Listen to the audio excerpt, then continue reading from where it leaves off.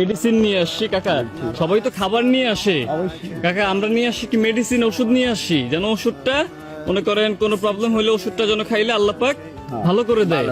হ্যাঁ, আর কাকা আপনি 10 বার করে পাঠ করবেন।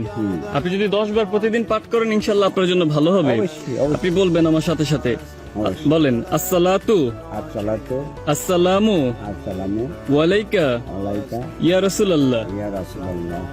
বলেন ইয়া রাসূলুল্লাহ, ইয়া নবী আল্লাহ, ইয়া রাহমাতুল লিল আলামিন। বলেন সাল্লাল্লাহু আলাইহি ওয়াসাল্লাম। সুবহানাল্লাহ, আলহামদুলিল্লাহ। আলহামদুলিল্লাহ। আল্লাহ আপনাকে কবুল করুক, আল্লাহ আপনাকে কবুল করুক। এবং আমি আসেন আমরা ওই ব্রিজের সামনে চলেন।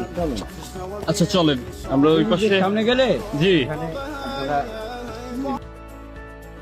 নিয়ে আসছি কাকা, সবাই তো খাবার নিয়ে আসে কাকা, আমরা নিয়ে আসি কি মেডিসিন ওষুধ নিয়ে আসি, যেন ওষুধটা মনে করেন কোনো প্রবলেম হলে ওষুধটা যেন খাইলে আল্লাহ পাক ভালো করে দেয়। হ্যাঁ, আর কাকা আপনি 10 বার করে পাঠ করবেন। আপনি যদি 10 বার প্রতিদিন পাঠ করেন ইনশাল্লাহ আপনার জন্য ভালো হবে। আপনি বলবেন আমার সাথে সাথে, বলেন আসসালাতু আসসালামু ওয়ালাইকা ইয়া।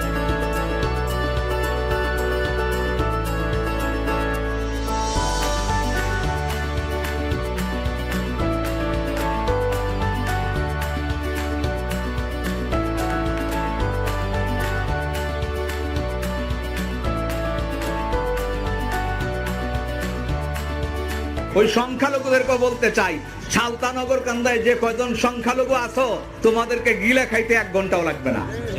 এইখানে যদি কোনো আলেম মূর্তি ভাঙ্গার পক্ষে থাকে আমি মনে করব সেই মানই দায়িত্ব পালন করেছে। আর কোন মুসলমান যদি এই মূর্তি ভাঙ্গা ব্যথা পায় তো ঈমান নাই। ওই সংখ্যালঘুদেরকে বলতে চাই, সালতানগর কান্দায় যে কয়জন সংখ্যালঘু আছো তোমাদেরকে গিলা খাইতে 1 ঘন্টাও লাগবে না। এইখানে যদি কোনো আলেম মূর্তি ভাঙ্গার পক্ষে থাকে আমি মনে করব সেই মানই দায়িত্ব পালন করেছে। আর কোন মুসলমান যদি এই মূর্তি ভাঙ্গার ব্যথা পায় তো ঈমান নাই।